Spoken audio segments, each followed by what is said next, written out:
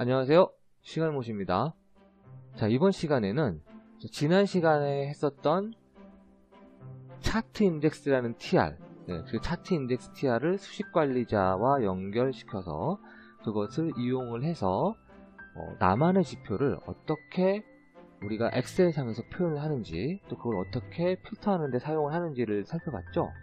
그것에 대한 연장선상으로 오늘은 그 나만의 지표가 조금 더 복잡한 수식을 가지고 만들어졌을 때 그것은 또 어떻게 활용이 될 수 있으며, 또 이 종목 검색에 대한 2차 필터로 어떻게 사용될 수 있는지에 대해서 조금 더 자세하게 살펴보도록 하겠습니다. 자, 그리고 추가적으로 앞으로 이제 개발할 시스템 트레이딩 엔진에 대비해서 타이머에 대한 사용 방법을 다양하게 할 수 있는 또 한 가지의 예시를 들어서 설명을 드릴 거예요. 자, 시작해 볼게요. 여기 그 장표에 보시다시피 로그인은 되어 있고요. 이 종목 검색 버튼이 나와 있어요. 그죠? 종목 검색 버튼을 누르면 이렇게 T1857을 통해서 이 실장 예제라고 하는 종목 검색 필터를 이용한 걸리는 종목들을 전부 다 가져오게 되는 거죠. 그리고 여기는 타이머를 스타트 시키는 버튼이고 타이머를 중지시키는 버튼입니다. 그래서 이 타이머를 스타트를 하게 되면 이 각각의 종목 코드를 이용을 해서 차트 인덱스를 통해서 지표들을 가지고 올 거예요. 그래서 이 가지고 온 지표를 통해서 이 만약에 첫 번째 지표, 이 첫 번째 지표가 1이면, 첫 번째 지표가 true이면 그 종목을 이쪽 오른쪽에 보는 이쪽 테이블에다가 최종 테이블이죠. 파이널 테이블에다가 카피해주는 그런 식으로 코딩이 되어 있고, 그 코딩에 대해서 같이 구현해 보도록 하겠습니다. 자, 먼저 이렇게 데브센터로 가셔서, 데브센터로 가시면 차트 인덱스 TR에 대해서 조금 알아볼 필요가 있죠. 그죠? 이 부분이 이제 지난번 시간에 했던 거고요. 나중에 말씀을 드리겠지만 타이머 할 때 하나 짚고 넘어갈게. 이 TR은 초당 한 건 이상의 전송을 허용하지 않아요. 따라서 1초에 2건 혹은 3건을 하게 되면 첫 번째 것 이후 두 번째, 세 번째 것들은 전부 다 에러가 나게 됩니다.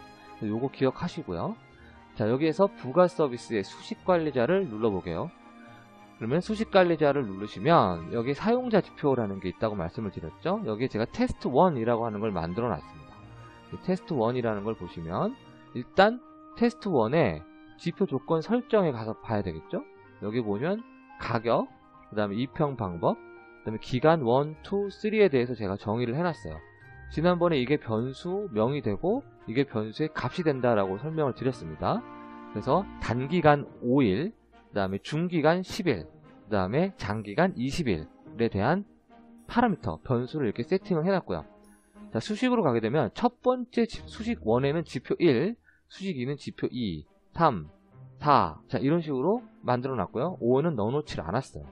자, 수식 1쪽에 있는 지표 1을 살펴보면 현재 ATR, 지난 시간에 설명했던 그 ATR이 기간 2로, 즉 10일에 대한 기간으로 ATR 값을 NA라고 하는 NA라고 하는 변수에다가 넣어놓게 되죠.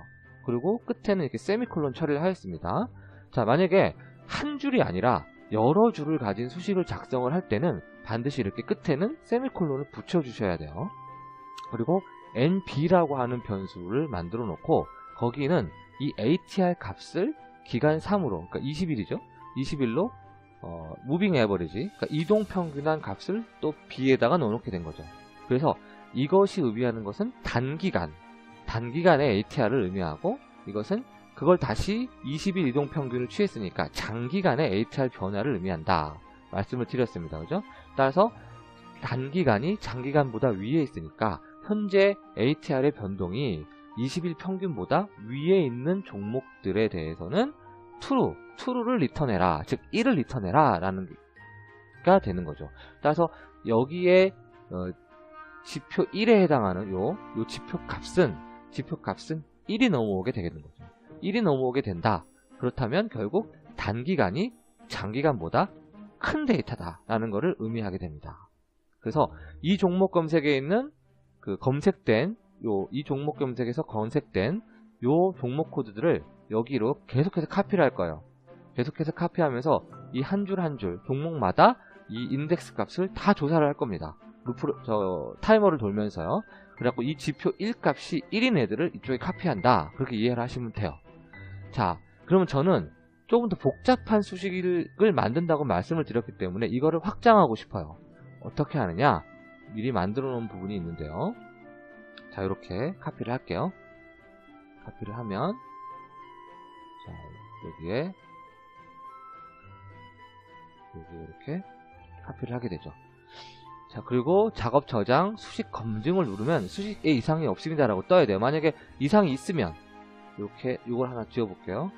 세미콜론을 하나 지우고 저장한 다음에 검증하면 오류가 있다, 이런 식으로 뜨게 되죠. 따라서 여기를 맞게 되면 없어집니다. 이렇게 수식의 검증에 이상이 없어야 돼요.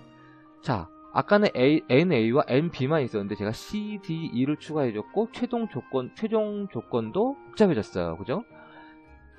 VR이라고 하는 거는 VR은 이렇게 상승 거래일의 거래량 합계, 그 다음에 보합한 날의 거래량 합계는 상승에다가 반을 주고 하락한 날에다가 또 반을 줘요. 그래서 각각 상승일 거래량의 합계 플러스 보합날의 거래량 절반 나누기, 그 다음에 하락일의 거래량 합계, 그 다음에 보합날의 거래량 절반, 요것에 곱하기 100을 한 백분율, 그걸 볼륨 레이쇼라고 하는 거죠. 결국 이 값이 클수록 이 볼륨 레이쇼 값이 클수록 이것은 상승 거래량이 많았다, 따라서 가격이 상승할 여지가 높았다 라고 해석을 하게 되는데, 그 기술적 지표를 이용을 해서 20일 동안의 그 VR 값을 이용을 해서 NC에다가 넣게 됩니다. NC에도 넣게 되고, 하이스트는 말 그대로 C, 여기서 C라는 건 종가를 의미해요. 20일 동안의 종가가 가장 높았던 종가를 ND에다가 넣게 되는 거죠. 그리고 NE는 조금 더 복잡하네요. 코렐레이션, 상관관계, 즉 20일 동안 종가와 거래량이 상관관계가 있느냐, 그거를 보통 이 코렐레이션이라는 거는 통계학적으로 0.5의 숫자가 넘게 되면, 0.5 숫자를 넘어가게 되면 그때는 상관관계가 정의 상관관계, 즉 양의 상관관계가 있다라고 말하고요. 마이너스 0.5보다 작게 되면 음의 상관관계가 있다라고 얘기를 해요. 그래서 그거를 그러니까 ABS 절대값을 취해서 N2에다가 넣는 거죠. 그리고 최종적으로 뒤에서 이걸 검증을 하게 되는 거죠. 0.5보다 큰지. 0.5보다 크다는 얘기는 결국 거래량과 종가가 서로 관계가 있다. 거래량이 증가했더니 종가가 늘어났다. 종가가 올랐다. 거래량이 줄어들었더니 종가가 내려갔더라. 이런 관계가 있다라는 뜻이에요. 즉, 코렐레이션을 이용을 해서 N2라는 새로운 변수를 넣고 그것을 변수에다 이 최종 판단, 이 지표 1이라고 하는 최종 판단, 트루펄스죠. 여기에 집어넣었다는 것, AND를 통해서 집어넣었다는 얘기예요. 그리고 VR은 300, 즉 상승 거래량이 하락 거래량보다 3배가 커야 된다. 그리고 이 20일 기간의 종가가 오늘 종가이거나, 여기서 요 마이너스, 즉 어제, 여기 가로 열고 1이라고 표현한 것은 어제의 종가를 의미해요.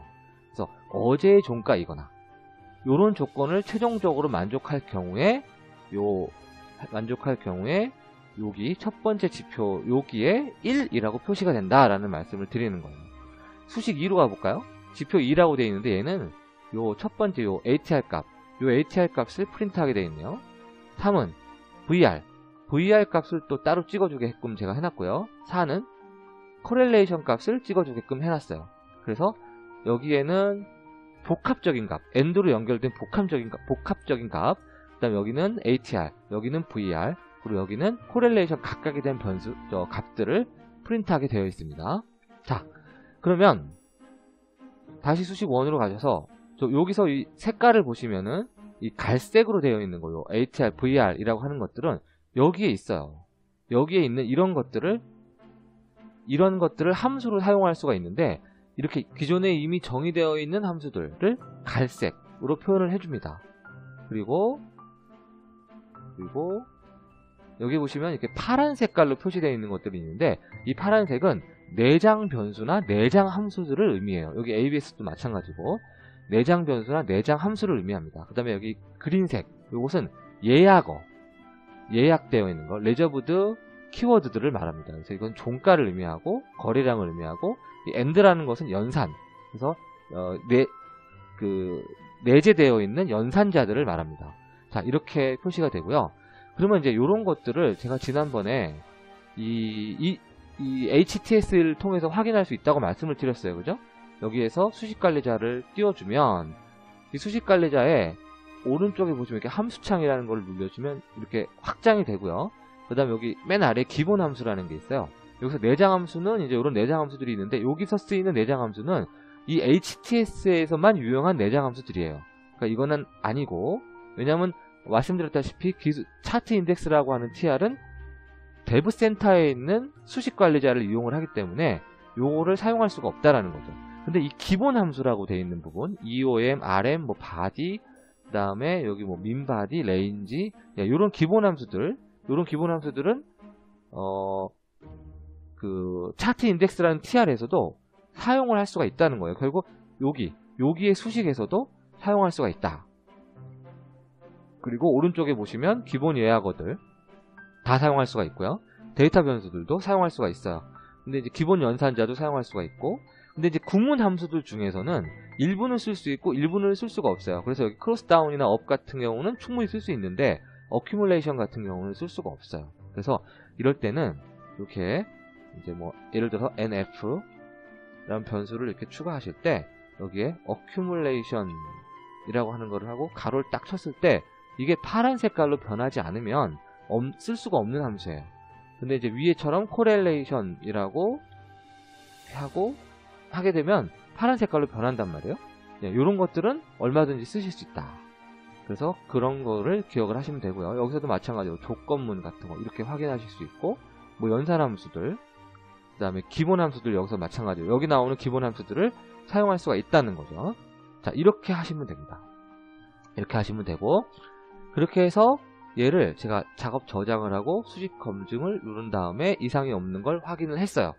자, 그러면 이 상태에서 제가 가볍게 여기다 이제 실행을 하기 이전에 test1이라고 하는 이름을 지정을 하셔야 되겠죠. 이거 방금 저장한 거 test1이라는 걸 지정을 하셔야 되고, 이 기간들의 합이 중요한 게 여기서 5일, 10일, 20일이라고 했으니까 적어도 35일 이상의 데이터가 필요하겠죠. 따라서 여기에 요청 건수에 제가 이거를 지난번에 일자 기준으로 요청을 했기 때문에 요청 건수가 35 이상은 되어야 돼요. 그래서 제가 여기다가 50일 데이터를 요청을 했습니다. 자, 이 상태에서 지표 시작을 누르게 되면, 눌러볼게요. 일단 오늘도 실행을 먼저 해보겠습니다. 시작을 누르게 되면 타이머가 돌아요. 타이머가 돌면서 자, 이렇게 전송 오류가 되는 케이스는 마침 잘 됐어요. 이거를 이 에러를 제가 일부러 보여드리려고 했는데 지금 전송 오류가 21번이 떴는데 21번에 대한 전송 오류를 잠깐 살펴볼게요. 여기에 마이너스 21 하시면 TR의 시간당 전송 제한에 걸렸습니다 라고 되어 있어요. 요걸 말하는 거예요. 1초가 지나기 이전에 2건 이상을 네가 리퀘스트를 했다라는 뜻입니다. 그래서 제가 요거를 에러가 안 나도록 일단 좀 이따가 설명을 드리겠지만 조금 더 수정을 해보도록 할게요. 요 위에 요거에 대한 마진을 좀 길게 잡겠습니다. 타이머인데요. 타이머 1초 타이머인데 1초 타이머를 1.1초로 좀 늘려볼게요. 자, 이 상태에서 다시 지표 시작을 누르게 되면 자, 이제는 에러가 나지 않을 거예요. 왜냐면 제가 1.05초로 되어 있는 타이머의 간격을 1.1초로 늘렸기 때문에. 그럼 이상하죠. 타이머가 1초인데 1.1초, 1.05초도 1초가 이상인데 왜 아까 그 에러가 났느냐? 이 부분은 Sing API 쪽에서의 타이머하고 그 다음에 제가 이 엑셀에서 쓰는 타이머하고 약간의 차이가 발생할 수 있다라는 것 때문에 그래요. 그래서 넉넉하게 정확하게 1초보다는 넉넉하게 1.1초 정도의 마진을 두고 실행하는 게 안전하다. 여기 보시면 256049라는 KPS라고 하는 게 지표 1값을 가졌어요. 지표 1값을 가진 애만 이쪽으로 카피가 되고 있는 거죠. 그리고 현재행 증가하는 거 보이시죠? 그래서 전체적으로 다 실행이 되고 있습니다. 자, 그럼 중지를 눌러서 소스를 들어가 보도록 할게요.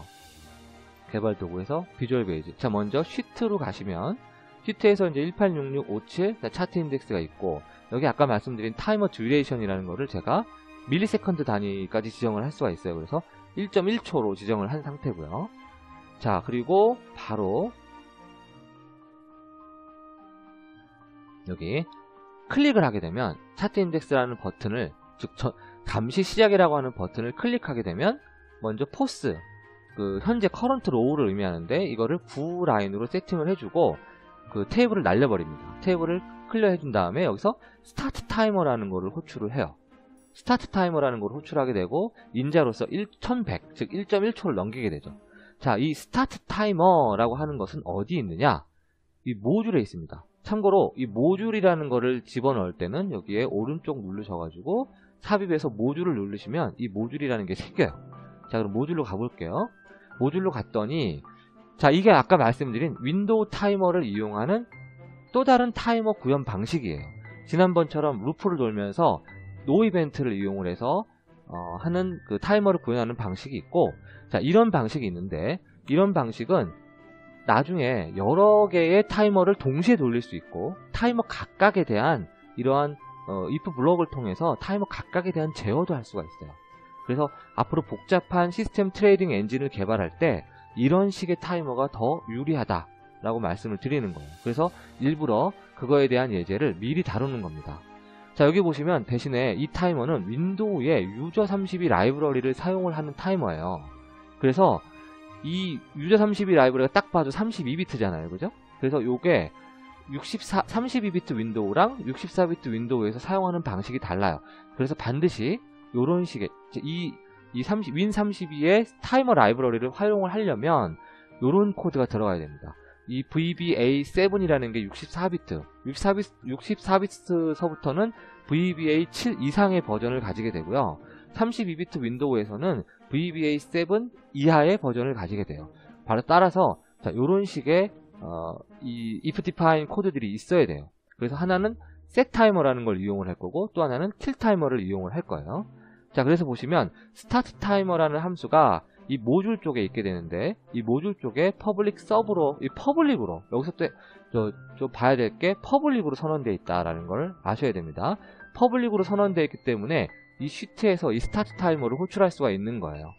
자, 다시 가서 그렇게 해서 set 타이머를 호출을 하게 되는데, 넘어온 타이머 피리어드를 이용을 하고 앞에는 그냥 신경 쓰지 마시고 address of timer proc 이라는 걸 지정을 한 다음에 리턴 값을 타이머 id 글로벌 변수에다가 저장을 합니다. 그죠?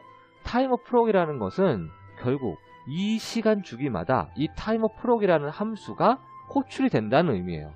그래서 그 타이머 proc에 대한 어드레스를 여기다 넘기게 됩니다. 이 address of라는 것은 키워드, C를 아시는 분들은 포인터라고 생각을 하시면 돼요. 주소값, 즉 앰퍼샌드 연산자 있죠? 예, 그거라고 생각을 하시면 돼요. 그거를 넘기게 되고, 그러면 타이머 프록에서는 자, 이런 식의 인자를 통해서 이 타이머 프록이라는 함수를 받아들일 수 있고, 여기에 id 이벤트에 요 타이머 id 있죠? 요 타이머 id가 id 이벤트로 리턴이 돼요. 따라서 우리가 할 일은 이 id 이벤트가 타이머 id랑 요 타이머 id랑 일치할 경우에는 시트 1에 있는 on 타이머를 부르겠다. 시트 1에 있는 on 타이머 함수를 부르겠다. 요 함수를 부르겠다. 여기서 또 봐야 될 게 이것도 퍼블릭으로 되어 있어요. 그죠? 즉 모듈과 얘는 완전히 스코업이 달라요. 스코업이 다르기 때문에 프라이빗이라고 선언할 경우에는 얘는 얘 안에서만 그 존재를 알게 되고, 얘는 얘 안에서만 그 존재를 알게 되는 거예요. 따라서 모듈과 시트를 넘나드는 펑션들일 경우에는 퍼블릭으로 선언을 해줘야 된다는 말씀을 드리는 거예요. 자, 요거는 이제 조금만 이따가 살펴보고, 그러면 왜 시트 안에서 다 구현을 하지 이걸 모듈로 뺐느냐? 이걸 모듈에만, 이 윈도우 라이브러리들은 이 모듈에서만 구현이 가능을 해요. 구현이 가능합니다. 그래서 그리고 또 이 시트라는 거 안에다가 구현해 놓은 함수는 이 시트를 지우게 되면은, 시트를 실수로 지우거나 하게 되면은 에러를 발생시킬 수가 있잖아요. 그죠? 근데 이 모듈을 따로 지우지 않는 한 글로벌 함수들을 여기다 다, 퍼블릭 함수를 여기다 다 넣어놓으면 시트를 지우거나 하는 그런 시트에 대한 디펜던시가 없이 모듈로 독립적으로 가능하다는 거예요. 그래서 그런 함수들을 보통 모듈에다가 정의를 합니다. 즉 글로벌 펑션들을 모듈에다가 정의한다 라고 보시면 돼요. 대부분 퍼블릭 키워드를 가지고 있겠죠. 자, 그러면 다시 온타임으로 돌아가서 온타임에서는 자, 여기에서도 그러니까 자동으로 마치 우리 리시브 리얼 데이터 실시간 TR을 통해서 셀에 대한 업데이트를 할 때 충돌이 나지 않게끔 요 on error resume next를 썼어요. 그죠? 얘도 마찬가지로 자동으로 불리는 거예요. 1초마다 한 번씩. 그죠? 그렇기 때문에 이걸 넣어줘야 돼요. 자동으로 불리는 함수에서 요런 셀에 대한 업데이트를 할 거기 때문에 이게 필요하다는 거예요. 그래서 range A의 현재 로우를 계속 증가를 시킬 거예요. 증가를 시키면서 현재 로우의 A 칼럼, 즉 종목 코드가 되겠죠. 이 A 칼럼 종목 코드를 요 S range라고 하는 것이 비어 있을 경우에는 스탑 타이머를 호출해주고 나가라. 그렇지 않을 경우에는 밑으로 내려가서 H6 요 인덱스 아이디 요 인덱스 아이디를 저장을 해서 인덱스 아이디 저장을 해놓고 그리고 요 A1 그러니까 현재 로우의 A 즉 종목 코드를 요 종목 코드 요 부분을 여기다 카피해라. 그래서 이렇게 포스가 증가할수록 이렇게 계속해서 카피가 되는 거죠. 그렇게 해서 이 부분을 맞춰주고 그 다음에 클리어 컨텐츠로 H6를 날려주고요. 요 클리어 컨텐츠로 H6 요 인덱스를 날려줍니다. 날려주고 I6 밸류에다가 포스 포스를 현재 행을 요 I6에다가 표현을 해주고요. 그 다음에 제가 이거를 주석으로 막아놨는데 스크롤을 만약에 할 경우에는 40라인마다 제가 스크롤을 시킬 건데 그 경우에는 이 주석을 언커멘트 처리하시면 돼요. 그러고 난 다음에 이 차트 인덱스 TR을 호출하게 됩니다. 이 부분은 지난주에 설명을 했으니까 넘어가고요. 포스를 하나 증가시키게 되죠. 자, 그러면 스타트 클릭을 했을 때 요 스타트 타이머가 돌면서 온 타이머가 호출됐고 따라서 자, 이 부분은 넘어가고요. 지난주에 한 거랑 동일합니다. 그 다음에 리시브 데이터를 받게 되면 이제 차트 인덱스 TR에서 현재 카운트를 가지고 오고 그 카운트만큼 루프를 도는데 이때 첫 번째 최신 지표값이 0보다 크게 되면 즉 이거죠. 이 부분이 0보다 크게 되면 이쪽으로 카피를 해라 라는 코드가 되고 그 역할을 수행하는 게 필테이블이에요. 필테이블로 가게 되면 비어있는 행을 찾은 다음에 각각을 카피해주게 됩니다.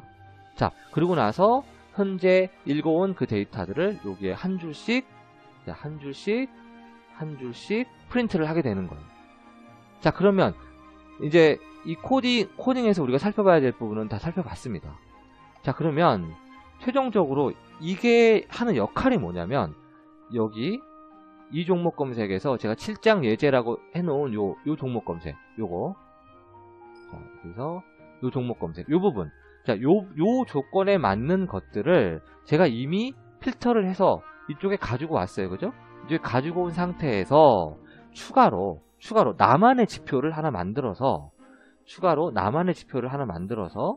테스트 1이라고 하는 지표를 만들었고 요 값 이것도 만족하고 다 만족하는 나만의 지표 그것도 복잡한 나만의 지표를 이용을 해서 여기다가 프린트를 해주게 된다는 거죠. 따라서 그거까지 최종적으로 만족해서 나오는 종목이 바로 KPS라고 하는 거. 자, 이거를 이용을 해서 나는 내일의 거래를 할 때 이 종목의 변동사항을 유심히 보면서 매도를 대응하겠다라고 하는 전략을 세우게 되는 거죠. 즉, 나만의 지표를 이용해서 이 종목 검색을 최종적으로 필터를 한다.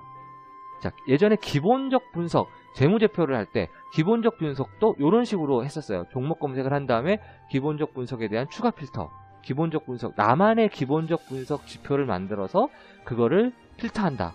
그거랑 비슷한 맥락으로 나만의 기술적 지표를 만들어서 그것을 필터한다. 이게 되겠죠. 자, 오늘 말씀드리는 거는 여기까지고 그리고 다음 시간서부터는 이제 몇 가지, 여기 보면은 이제 TR들이 몇 가지가 있어요. 제가 아직 터치하지 않은 몇 가지 TR들 중에 봐야겠다 싶은 몇 가지 TR들을 조금 더 보고, 그리고 나서 그 다음에는 이제 본격적으로 시스템 트레이딩 엔진에 대한 전략을 세우고 또 그것을 개발하는 방법을 같이 진행을 해보도록 하겠습니다. 자, 진짜는 그때부터 시작이 됩니다. 자, 오늘은 여기까지 하겠습니다. 시청해주셔서 감사합니다.